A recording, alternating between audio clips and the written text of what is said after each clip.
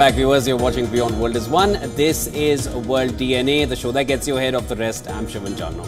And I'm Jyotsna Kumar. And on the show today, the UN Agency for Palestinian Refugees have said that 6 of its employees have been killed in an Israeli airstrike on one of the schools it runs in central Gaza. Now, this comes as explosions and smoke was seen over Israel's northern border with Lebanon, as the Israeli army said it struck several Hezbollah targets in the neighboring country. We'll bring you all from the West Asia war on the show today.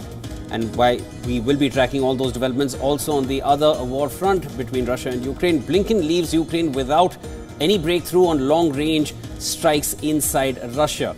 However, the United States and Britain promised a swift review of Ukraine's requests and repeated requests to ease restrictions as they promised $1.5 billion in new aid ahead of a potentially difficult winter. We will be tracking all those developments as well. For now, let's get you started with the headlines.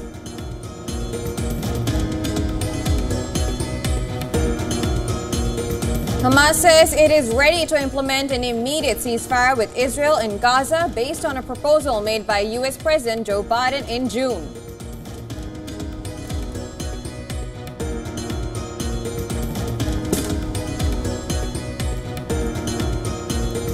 United Nations says 6 staffers of its Palestinian refugee agency killed in airstrikes on a school in central Gaza, the highest death toll among UN staff in a single incident.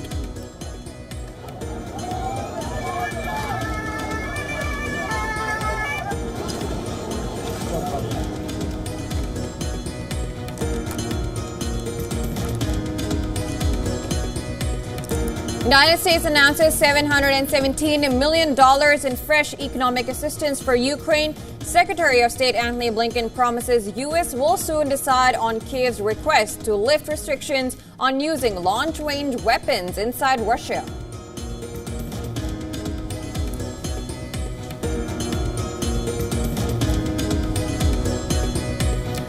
UK Foreign Secretary David Lammy says that Britain will provide hundreds of missiles this year to Ukraine after Western powers accused Iran of sending critical short-range rockets to Russia.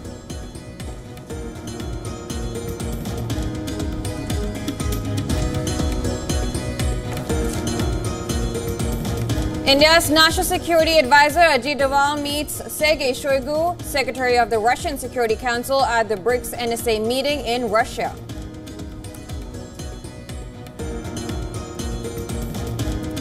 Solidarity, equality, openness. Former Peruvian President Alberto Fujimori, who led country throughout the 1990s, has died at the age of 86, just 10 months after he was freed from jail over charges of corruption and human rights abuse.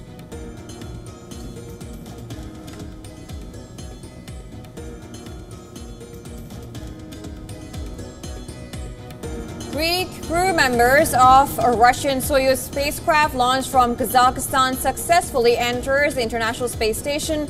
This brings the total number of humans in Earth's orbit to a record-breaking 19.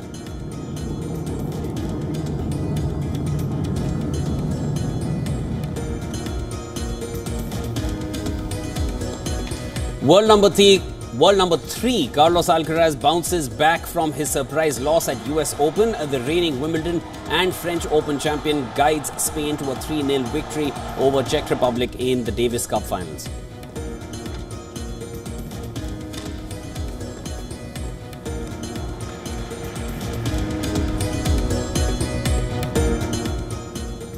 We begin with a top story at the hour. The United States and United Kingdom announced new assistance of over $1.5 billion for Ukraine.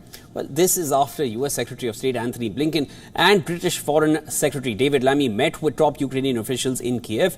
Ukraine's President Volodymyr Zelensky hoped that this visit would yield strong new decisions to support Ukraine. But even as Ukraine renewed its pleas to use Western-provided missiles deep inside Russia, target deep inside Russia, Blinken wrapped up his visit without any kind of breakthrough on that front on the long-range missiles. Blinken said he would brief President Joe Biden on the discussion with Zelensky about the missiles, reassuring Biden and British Prime Minister Keir Starmer will talk about the issue when they meet on Friday in Washington. I'm going to take that discussion back to Washington to brief the president on what I heard. I know that David's doing the same. And both of our bosses, no doubt, will discuss this when they meet later this week, actually on Friday in Washington. Just speaking for the United States, from day one, as you've heard me say, we have adjusted and adapted as needs have changed, as the battlefield has changed, and I have no doubt that we'll continue to do that as this evolves. On the joint tour, Blinken and Lamy continue to underscore their commitment to Ukraine in the war. They pledged nearly $1.5 billion in additional aid, but while their Ukrainian counterpart called the talks detailed and productive, his unwavering focus was on urging the allies to lift restrictions on the use of weapons. Для захисту наших людей необхідні сміливі дії усіх партнерів.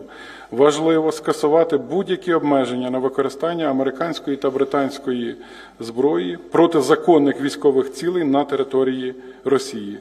Потрібна рішучість і щодо збиття російських ракет і дронів у небі над Україною. Чим далі зможе бити Україна, тим ближче буде справедливий мир. Now, according to reports, the US and UK are expected to push Ukraine for more information on its strategic aims as they consider whether to give the go-ahead. There's concern that the nod to the missiles could be viewed as an escalatory step that could provoke Russia towards a direct conflict with the West. Blinken has declined to say whether Washington would give permission, but has said that multiple factors go into any kind of a decision. To hear, to listen, to strategize, a Secretary of State from the US and a Foreign Secretary of the UK. On the same day, Zelensky has said that he wants to present a victory plan to Biden this month. Zelensky said the plan would have a psychological as well as a political influence and could force Russia to end its war diplomatically. Speaking at Kyiv's annual Crimean Platform event, Zelensky said it is important that Ukraine presents the plan to its allies before the second peace summit that he wants to hold later this year.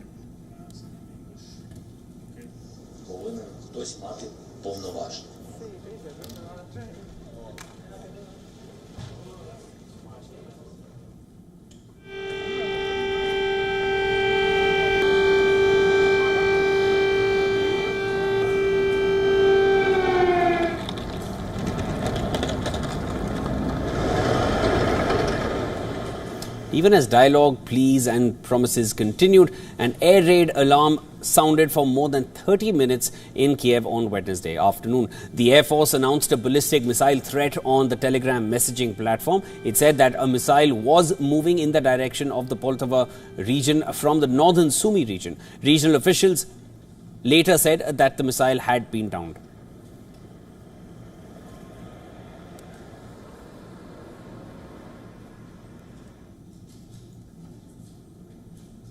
Now, Russia is stepping up its missile strikes and advancing through eastern Ukraine. Moscow's intensified attacks are prompting a pivotal decision by the US whether to approve the use of long-range missiles for Ukraine. Our next story explains how this move could alter the war's trajectory and also risks a major escalation. Take a look.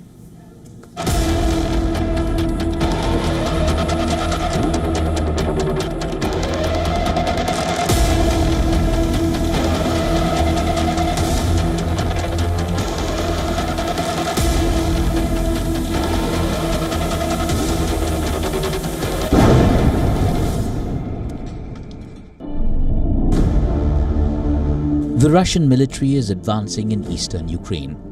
Russian fighter jets are dropping these 3-ton glide bombs, smashing Kyiv's frontline troops and nearby cities. Russian missiles are also raining death and destruction. Kyiv's Kursk incursion has seemingly failed to soften the Russian assault. Amid this rising tension, US Secretary of State Antony Blinken and UK Foreign Secretary David Lammy are in Kyiv holding talks with Ukrainian leaders. At the heart of the discussion is Ukraine's urgent request for advanced weapons like the US-made ATACMS capable of striking targets up to 300 kilometers away. Ukraine also has Storm Shadow missiles donated by the British, which have a range of about 250 kilometers. So far, they've only been used against Russian targets in occupied Ukrainian territory. Kyiv argues that these long-range missiles are essential to neutralize Russian air bases, which have been launching deadly attacks on Ukrainian positions. The Biden administration is walking a tightrope between support for Ukraine and fear of wider conflict as it inches closer to a momentous decision. UK Prime Minister Starmer is scheduled to meet President Biden to take a decision on removing the curbs on Kyiv. Will you lift restrictions on the use of long-range weapons by Ukraine? We're working that out right now. The provision of long-range missiles to Ukraine could have far-reaching consequences. Moscow warns it could lead to a significant escalation of the conflict, potentially drawing NATO countries into a direct confrontation with Russia. Listen in to President Putin's ominous warning. The US is essentially provoking an arms race, disregarding the security of its European and Asian allies, creating the preconditions for a dangerous crisis situation in Europe and the Asia-Pacific region. I want to emphasize that Russia must be prepared for any development of the situation.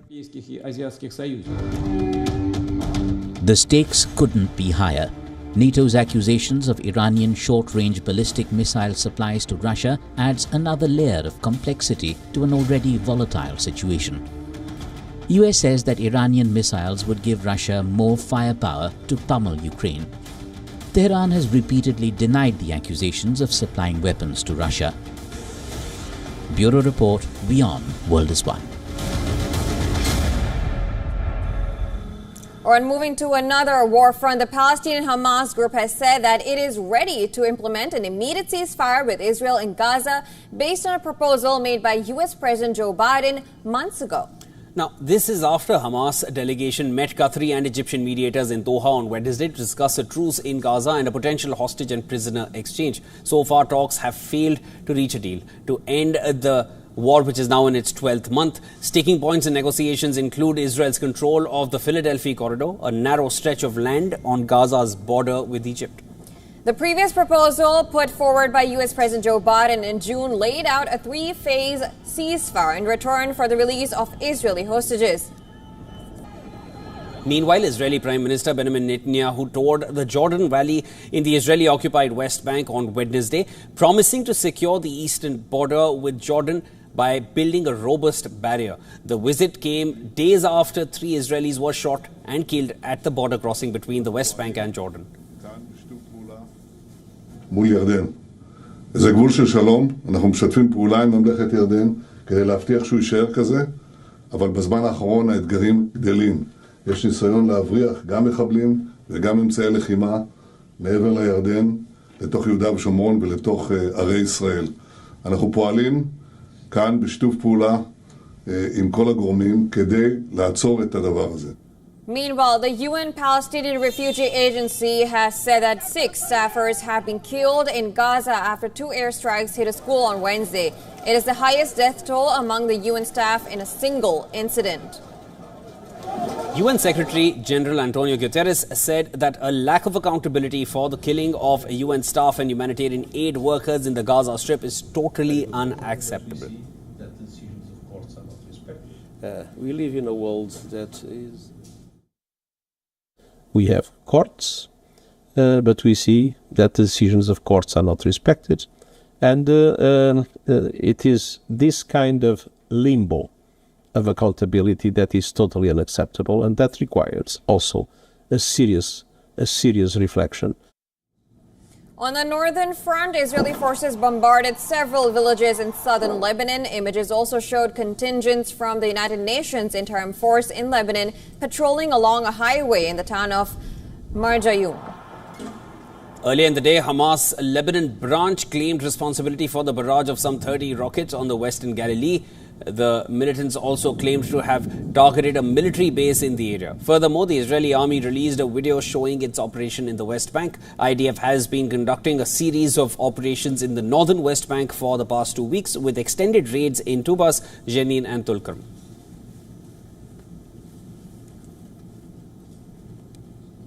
On Wednesday, Israeli forces killed at least 6 Palestinians in separate incidents in the occupied West Bank. More in our next report. Israeli forces conducted fresh raids in the occupied West Bank on Wednesday, and Palestinian emergency services said an airstrike in the city of Tubas killed 5 people. The Israeli military confirmed the strike, which it said hit an armed militant group, but gave no details.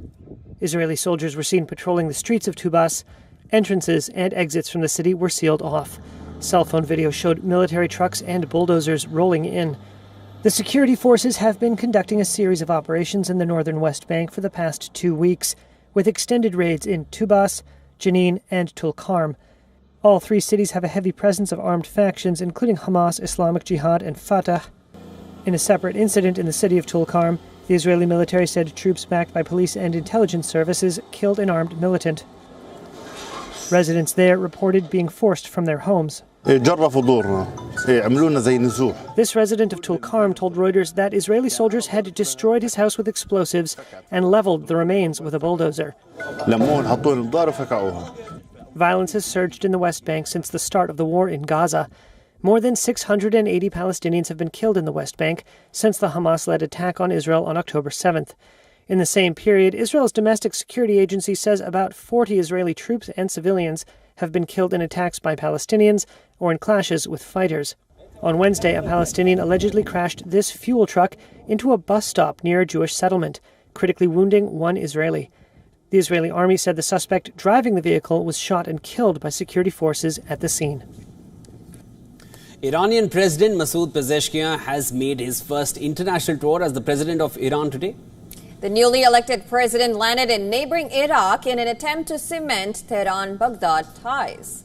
Now, the visit comes after the UK, France, and Germany on Tuesday announced fresh sanctions against Iran. The fresh sanctions have been announced because Tehran continues to supply Moscow with short-range missiles. Pezeshkian was greeted by Prime Minister Mohammad Shia al-Sudani upon his arrival in Baghdad. Iraqi administration spokesperson says that the 2 leaders will be signing several agreements. Later, in a joint press conference, the Iraqi Prime Minister said that the leaders held a discussion on the Gaza war. In light of the escalation that the region has been going through, we have spoken a lot about the importance of stability.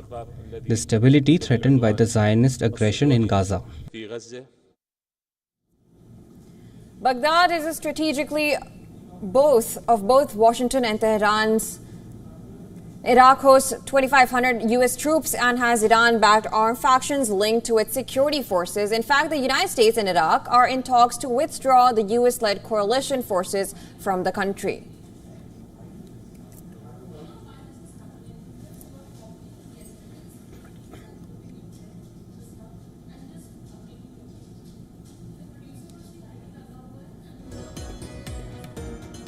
And moving on, China's Premier Li Qiang was welcomed by Saudi Arabia's Crown Prince Mohammed bin Salman at Al Yamama Palace in Riyadh on Wednesday. Qiang had earlier asked the Gulf Cooperation Council and Beijing to push for the free trade negotiations. He made these remarks in a meeting with GCC Secretary General Jassim Al-Budawi. The Saudi state news agency said that Al-Budawi had stressed the importance of moving forward and finalizing the trade talks in the near future. During the meeting, as per reports, the free trade negotiations between Gulf Cooperation Council and China are stuck due to Saudi concerns of cheap Chinese imports filling its market. The Saudi administration is worried that an influx of cheap Chinese products that it manufactures domestically might hurt the country's industrial agenda. The free trade talks, which took place in May this year, made no progress. Although the free trade negotiations between GCC and Beijing started nearly 20 years ago. The Gulf Cooperation Council, which also includes Saudi Arabia and United Arab Emirates, while Li Qiang will also be visiting the United Arab Emirates later this week.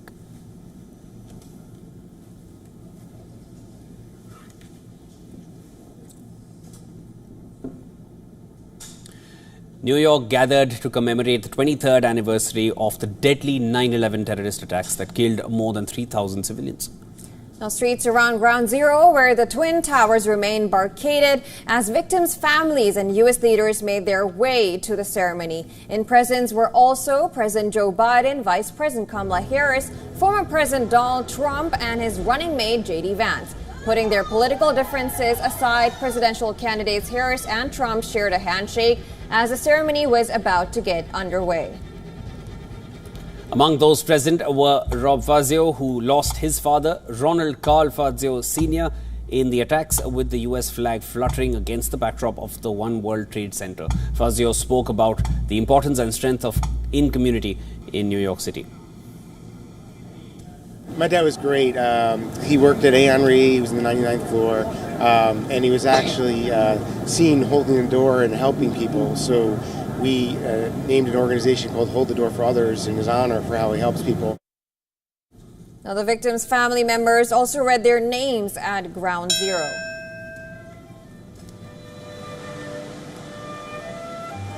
Thomas James Farino. Francis Jude Feely. Garth. Everyone. Over in New York's iconic St. Paul's Chapel, the Bell of Hope rang out on Wednesday morning. It marked the moment at 8:46 a.m. local time when the first of the two planes hit the World Trade Center on that fateful day. The Bell of Hope has rung on every anniversary since 2002 when it was presented to New York City by London to honor the victims. Most merciful God, whose wisdom is beyond, you made us in your own image and redeemed us and all. A U.S. flag was also unfurled on the side of the Pentagon. Military personnel and civilians attended the ceremony at which the national anthem was sung to mark the anniversary.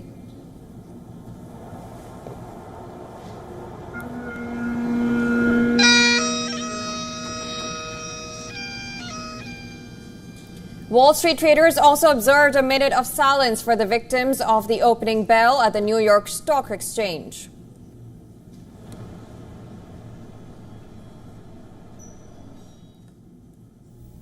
On September 11th, 2001, nearly 3,000 people were killed when jetliners hijacked by Osama bin Laden-led terrorist group Al-Qaeda's operatives crashed into the World Trade Center, the Pentagon, and a field in Pennsylvania.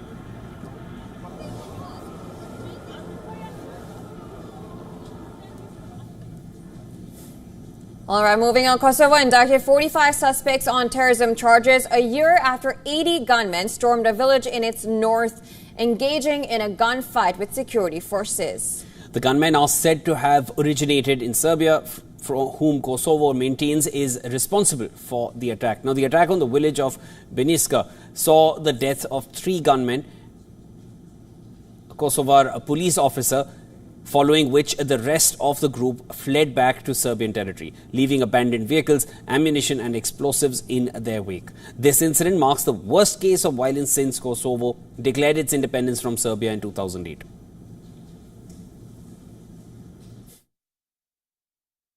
Kosovo indicted 45 suspects on terrorism charges on Wednesday.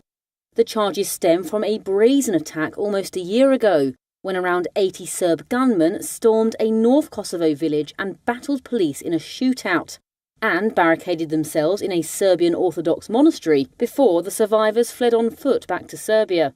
The shootouts left 4 people dead, including a Kosovo police officer. It marked the most violent incident in Kosovo since the Republic declared independence from Serbia in 2008. And aggravated tensions between Pristina and Belgrade. Blerim Isafaj, the chief prosecutor of the Special Prosecution of Kosovo, told a police conference that the leader of the group, Milan Radojicic, is among the accused. The man, highlighted by Kosovo police on screen, is said to be that suspect, but Reuters cannot independently verify his identity. Radojicic, a former top Kosovo Serb politician who lives in Serbia, has publicly admitted taking part in the gun battle. All the suspects, some of whom are Kosovo citizens, are believed to be in Serbia. That makes it unlikely they will be handed to Kosovo authorities, as Belgrade doesn't recognise Kosovo's independence and still considers the Republic part of its own territory. Kosovo blames Serbia for the attack, a charge Belgrade denies. And it's time for a quick break now. Don't go anywhere. This is World DNA. Lots more on the other side. When we come back, we bring you more updates of what's happening between India and Bangladesh. In the midst of the changing political landscape in Bangladesh, the new interim government chief Mohammad Yunus has spoken out of wanting good relations with India. More on that after the break.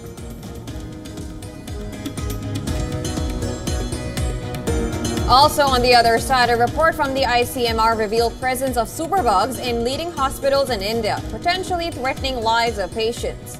We'll get you more on the other side.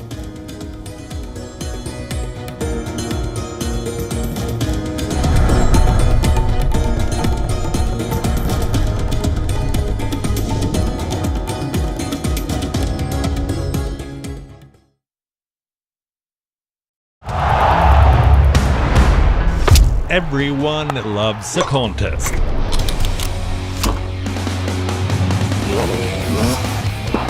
But sport isn't just about victory and defeat. When the GOATs in sport speak, you hear it first on WION. You have to play good cricket over a period of time. I actually pushed myself right out of the damn tournament. We go beyond the stats. Our stories are quoted the world over. At WION, sport is part of our DNA. Come, join us on this journey. Weekdays 6:30 p.m. IST, 1 p.m. GMT. Namaste. Hello, friends. We did Dr. Subhash Chandra show, popularly known as DSC show, for 4 years, from August 2014 to August 2018. 28 states of Bharat. Of course, we reached out to all of you in 190 countries across the world. The show was very successful. Each episode was being watched by almost 25 million people every week. For past 6 years, the demand of the show has never died down. People write to us, people ask for the show to restart again. Hence, we are beginning the show once again on All Z Network, also on WION, which is the global network channel from India. Again, thank you for your love and affection. See you soon at Subhash Chandra Show.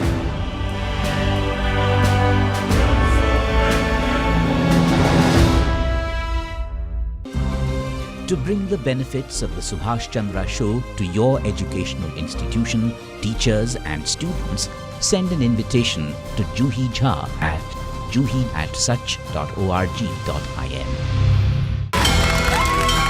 From the bustling trading floors of Wall Street to the vibrant exchanges of Asian stock markets, WION breaks it down for you to make sense of what's happening, as we reveal the key factors behind events, strategic battles, and the game-changing business decisions that shape the world. We bring you all of this and more on World Business Watch. Know more, understand better, think ahead. Hello and a very warm welcome. You are watching Gravitas with me, Molly Gambhir.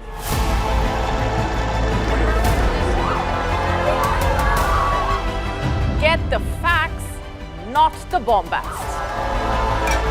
On the 26th of March, dynamic pricing, Baloch separatists, Gravitas cuts out the clutter. Gravitas keeps calm when others scream. Gravitas brings news to life.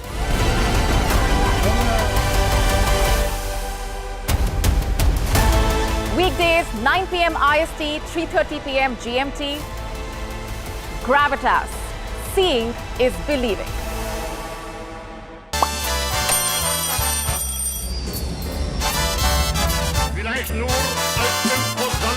WION, India's global voice, the channel that brings you the biggest stories from across the world through India's lens.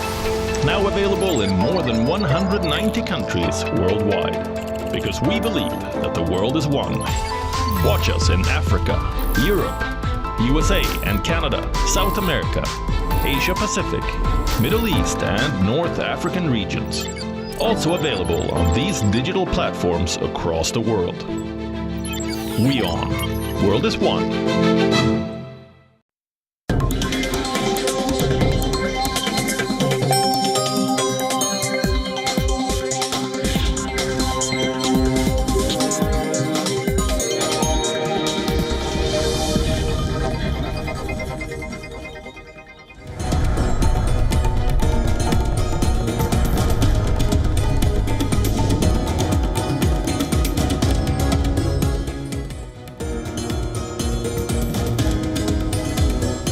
back, viewers. You're watching World DNA with Jyotsna and I'm Shivan. Lots to discuss. Let's start with the headlines.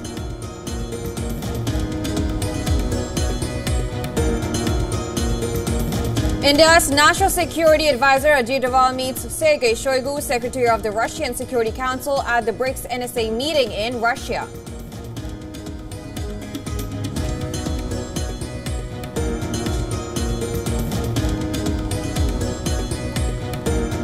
Hamas says it is ready to implement an immediate ceasefire with Israel in Gaza based on a proposal made by US President Joe Biden in June.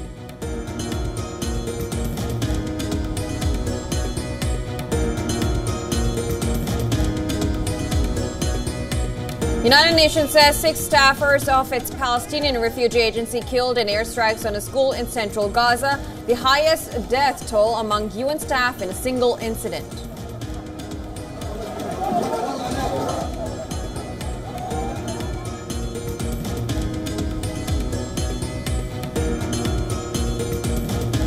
United States announces $717 million in fresh economic assistance for Ukraine. Secretary of State Anthony Blinken promises US will soon decide on Kiev's request to lift restrictions on using long-range weapons inside Russia.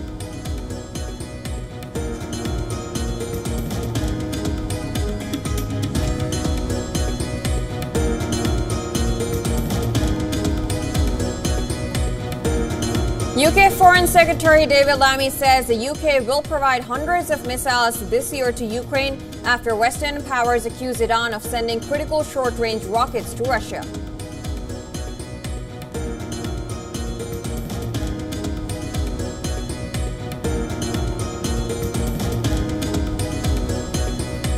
Former Peruvian President Alberto Fujimori, who led the country throughout the 1990s, has died at the age of 86, just 10 months after he was freed from jail over charges of corruption and human rights abuse.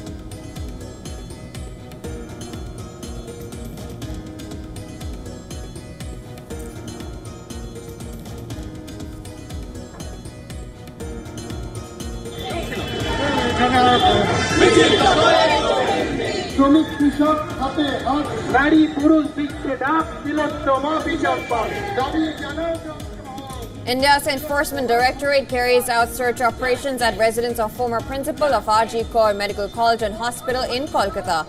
This as junior doctors continue their protest demanding justice for a trainee doctor raped and murdered at the hospital.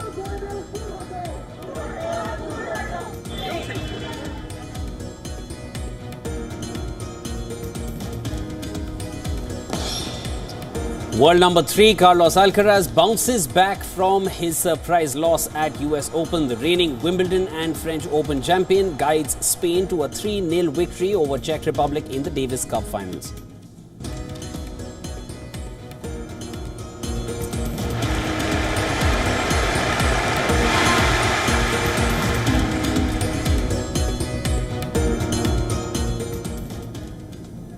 It has been more than a month since massive protests in Bangladesh led to the ouster of Prime Minister Sheikh Hasina. Now, in light of the changing political landscape of the country, the leader of the country's interim government, Mohammad Yunus, has now spoken out on wanting good relations with India. In a televised address on Tuesday, Yunus said that after he took oath as the interim head of the administration, several heads of state called to congratulate him and promised enhanced bilateral relations with Dhaka. Speaking of receiving a call from Indian Prime Minister Narendra Modi, Yunus said that Bangladesh wants good relations with India and other neighboring nations, but it should be on the basis of fairness and equality. Yunus said that high-level talks with New Delhi on bilateral cooperation for flood management have already begun. The remarks come just a day after India's External Affairs Minister Dr. S. Jaishankar issued a statement on the current situation with respect to India-Bangladesh ties and Dhaka's request to extradite Hasina so she may face a trial in her country. As you know, there's a change of government in Bangladesh and we obviously deal with the government of the day. How we deal with that is through diplomatic channels, not necessarily through reports which may be reported by the press. Talks have been ongoing between the two nations with respect to the interim government's extradition request. Just days ago, Bangladesh's caretaker government revoked diplomatic passports of Hasina and her relatives. According to reports, a total of 94 murder cases have been filed against Bangladesh's Sheikh Hasina so far.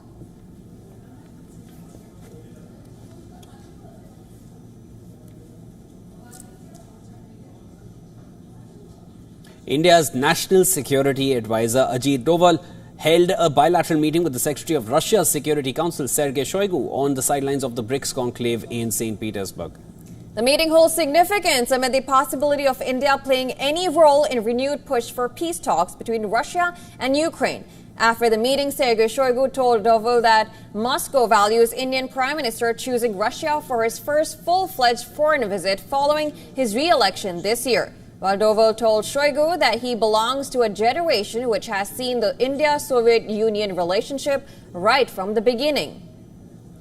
Earlier in the conclave of the National Security Advisors, Ajit Doval urged the BRICS countries to work together in tackling contemporary security challenges like terrorism and cyber threats. In his speech, he emphasized on the need for coordinated action to address issues arising from information and communication technology and growing concerns over terrorism. BRICS spirit of mutual respect and understanding, solidarity, equality, openness, inclusiveness and consensus remains our guiding light as we deliberate today on many crucial issues. On the other hand, Russia's Sergei Shoigu, addressing his BRICS counterpart, said that the alliance can make a serious contribution to ensuring global security. I'm convinced that the BRICS countries are capable of jointly making a serious contribution to ensuring global security and countering such threats as terrorism, the spread of extremist activity, transnational crime, and the use of information and communication technologies for criminal purposes. We are already actively cooperating in all these areas, but at the same time, the potential for such cooperation is far from exhausted.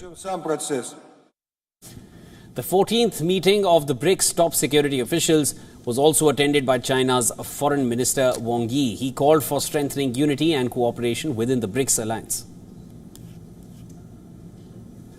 The BRICS cooperation mechanism continues to develop and grow, which has been welcomed by the vast majority of countries. Of course, some political forces holding COVID war mentalities criticize BRICS cooperation. Therefore, we should fully leverage the strategic significance and political effects of the BRICS, adhere to independence, unity and cooperation, common development, safeguard the legitimate rights and interests of developing countries, expand the development space of emerging market countries, and issue a clearer and more consistent voice of BRICS in the global governance system. India's NSA Doval and China's FM Wang Yi had a brief interaction at the venue. Doval and Yi are set to hold bilateral meeting on Thursday on the sidelines of the BRICS conclave. The three-day conclave is taking place ahead of the annual meeting of the group in Kazan from 22nd of October to 24th. The meeting is expected to be attended by the Indian Prime Minister, with Russia hosting the meet. Russian President and Chinese President are also expected to attend.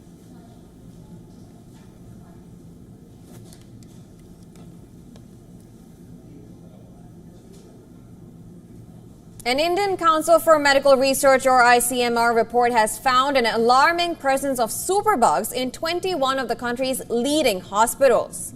Well, the presence of these superbugs poses a threat to the lives of patients being operated in these facilities. Now, the report in question is a part of ICMR's annual antimicrobial resistance research and surveillance network. It highlights the presence of these dangerous bacteria in hospitals such as AIIMS, Delhi, PGI, Chandigarh, Apollo Hospital, Chennai, and Gangaram Hospital. They were found in patient samples, including blood, urine, and other fluids collected from outpatient departments, wards, and intensive care units.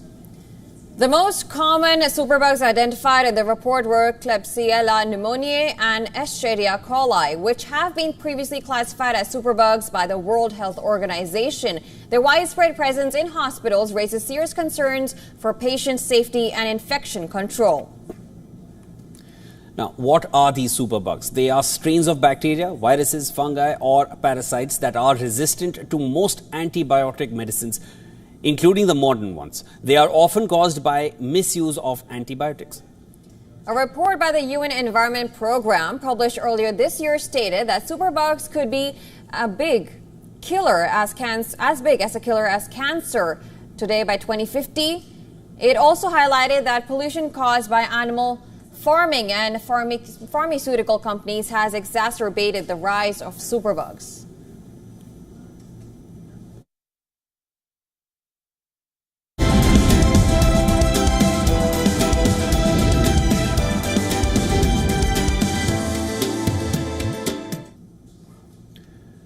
Well, there's a surprising development in the US economy. Inflation, which many hoped was on the decline, has picked up pace unexpectedly this August. Now, this could have implications for Federal Reserve policy and your wallet. The U.S. Bureau of Labor Statistics reported that the core consumer price index, which excludes volatile food and energy prices, rose by 0.3% from July and increased 3.2% from a year ago. This core measure is often viewed as a better reflection of underlying inflation trends than the overall CPI. The rise in inflation was largely driven by higher housing costs. Rentals were identified as main factors behind the overall increase in prices last month. In contrast, the overall consumer price index climbed 0.2% from July and 2.5% from a year ago. This figure has been trending lower for the past 5 months, primarily due to falling gasoline prices. So what does this mean for interest rates? With the uptick in core inflation, the Federal Reserve is likely to cut interest rates by 25 basis points next week. The focus will likely remain on labor market conditions, which are a major concern for policymakers. Following the report, traders adjusted their expectations, reducing the change of a jumbo rate cut next week to near zero. This caused Treasury yields to rise. S&P 500 futures to edge lower and the dollar to recover some of its losses. For consumers, this means that while gasoline prices are lower, you might still feel the pinch at home due to rising shelter costs. The economic landscape remains complex, and the ongoing adjustments by the Federal Reserve will be closely watched in the coming months.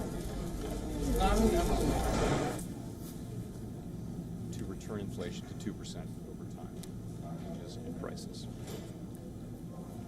The median projection. We now turn our attention to the deepening property crisis in China, which is threatening its growth target of 5% this year. Well, the unappealing economics of the plan for local governments highlights the difficulty President Xi Jinping confronts in his attempt to reverse the record low housing prices that are undermining China's growth ambitions. Take a look at this next report for more details. The strategy has been an integral aspect of the government's endeavor to strengthen the real estate sector and fulfill Xi's vision of producing more affordable homes. China is already dealing with an excess inventory of 382 million square meters, the size of Detroit, and the poor results have only increased the push for harsher measures. Administrators are attempting to be frugal while balancing Beijing's demands. According to Jefferies Financial Group, apartment prices in major cities are anticipated to fall another 30% before stabilizing. The research group said as a result, it is not financially prudent for Chinese officials to buy flats at this time. Converting inventory into affordable housing is expected to yield results lower than the finance cost as well. Macquarie Group reports that 2023, the average rental return in China's Tier 1 cities was just 1.4%. That is much lower than the 1.75% funding rate set by the central bank. Some municipalities have suggested using intense negotiation to reduce their risks. However, this makes one wonder if bankrupt developers would be ready to sell their stock. The already shaky municipal finances could take a further hit as a result of this decision. Revenue from land sales has dropped to historic lows, and regional governments' budget expenditure has shrunk in the first 7 months. This reduces their capacity to stimulate growth. Only Shanghai, out of all 31 provinces and municipalities, managed to achieve a budget surplus during the first half of the year. Zelina Zheng, senior credit analyst at CreditSight Singapore, said, "We do not expect a wide rollout of the purchase program due to the lack of funding and the fact that banks and state-owned firms need to bear the full credit and investment risks." On Wednesday, a Bloomberg index tracking prominent Chinese developers fell to its lowest level since late April, falling by as much as 1%. That comes after a steep drop the day before when a program that links the Shenzhen and Shanghai bourses to the Hong Kong market kicked out several builders. While state buying of housing inventory is widely seen as a key step towards easing the glut, uptake of the central bank's funding support has also been low. Only 12.1 billion yuan, and that's about $1.7 billion, or 4% of the PBOC's 300 billion yuan re-lending program, had been utilized as of the end of June. Fitch Ratings analysts had noted that the limited use of existing financing programs signals that the returns and cash flow from social housings are insufficient to service associated debt. Bloomberg intelligence analyst Christy Hung said, "For now, China may struggle to sell its home bailout plan to local governments." Hing added, "The meager rental yields hardly justify the risk."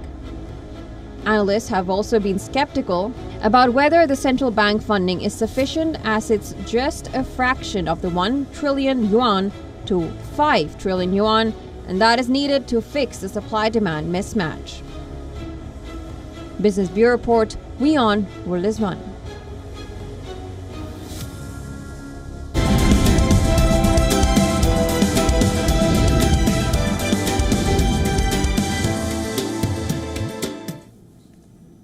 Now let's take a look at the developments from the world of technology. Top executives from Google, Microsoft, Meta, and Adobe will be testifying before the U.S. Senate Intelligence Committee on September 18th regarding election security threats. Among those expected to speak are Kent Walker from Alphabet, Nick Clegg from Meta, and Brad Smith from Microsoft.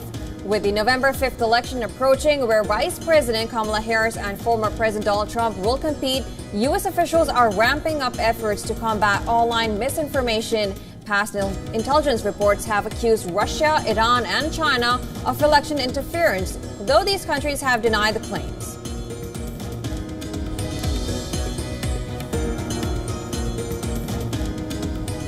India is facing a surge in investment scams, and the latest victim is an army doctor from the Indian city of Pune. The doctor lost $143,000 or 1.2 crore rupees to cyber criminals in an online investment scam. Now, according to the complaint, the scam started in mid-July when the doctor joined a WhatsApp group via a link. The group's admins promised high returns from stock market investments. Trusting the group, the doctor downloaded a trading app they recommended, which turned out to be a scam. Over time, he made around 35 transactions, transferring $143,000 to various fraudulent accounts. When the doctor tried to withdraw his supposed profits, the scammers demanded a 5% fee and threatened to freeze his earnings if he refused. This incident is part of a growing trend where online scammers lure victims with promises of stock market gains.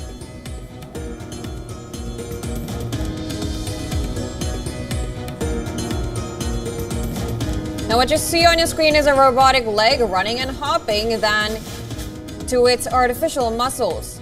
Developed by a team of scientists from ETH Zurich and the Max Planck Institute for Intelligent Systems, these artificial muscles have improved robots' agility, allowing robots to navigate varied terrains with ease. The leg's agility comes from its ability to lift its weight, similar to human jumping. It can adapt to the environment without needing sensors to constantly monitor its angle. Unlike traditional robots, not only are these artificial muscle robots energy efficient, but they can also perform high jumps, conduct quick movements, and automatically adjust to uneven terrains without complex sensors.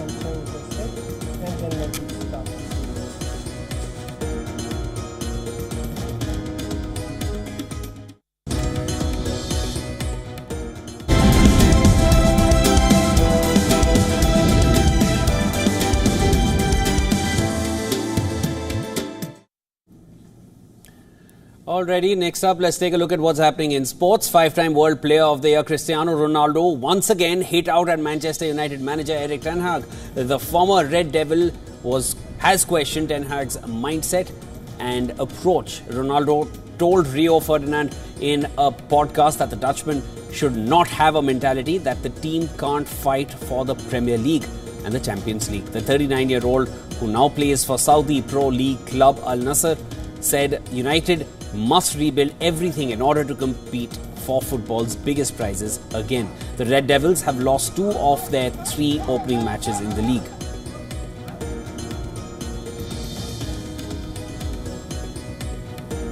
Australia outclassed the new-look England by 28 runs in the first T20 International of the 3-match series. Travis Head and Matthew Short gave Australia a solid start. The duo put on 86 runs for the opening wicket and the power play.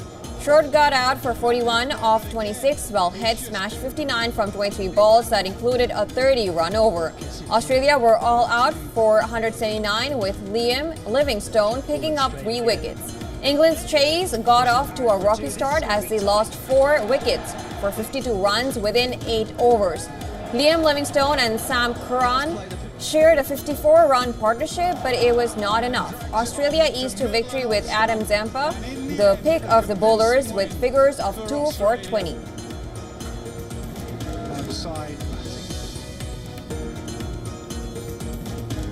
Reigning Wimbledon and French Open champion Carlos Alcaraz guided Spain to a 3-0 win over Czech Republic in the Davis Cup finals. Roberto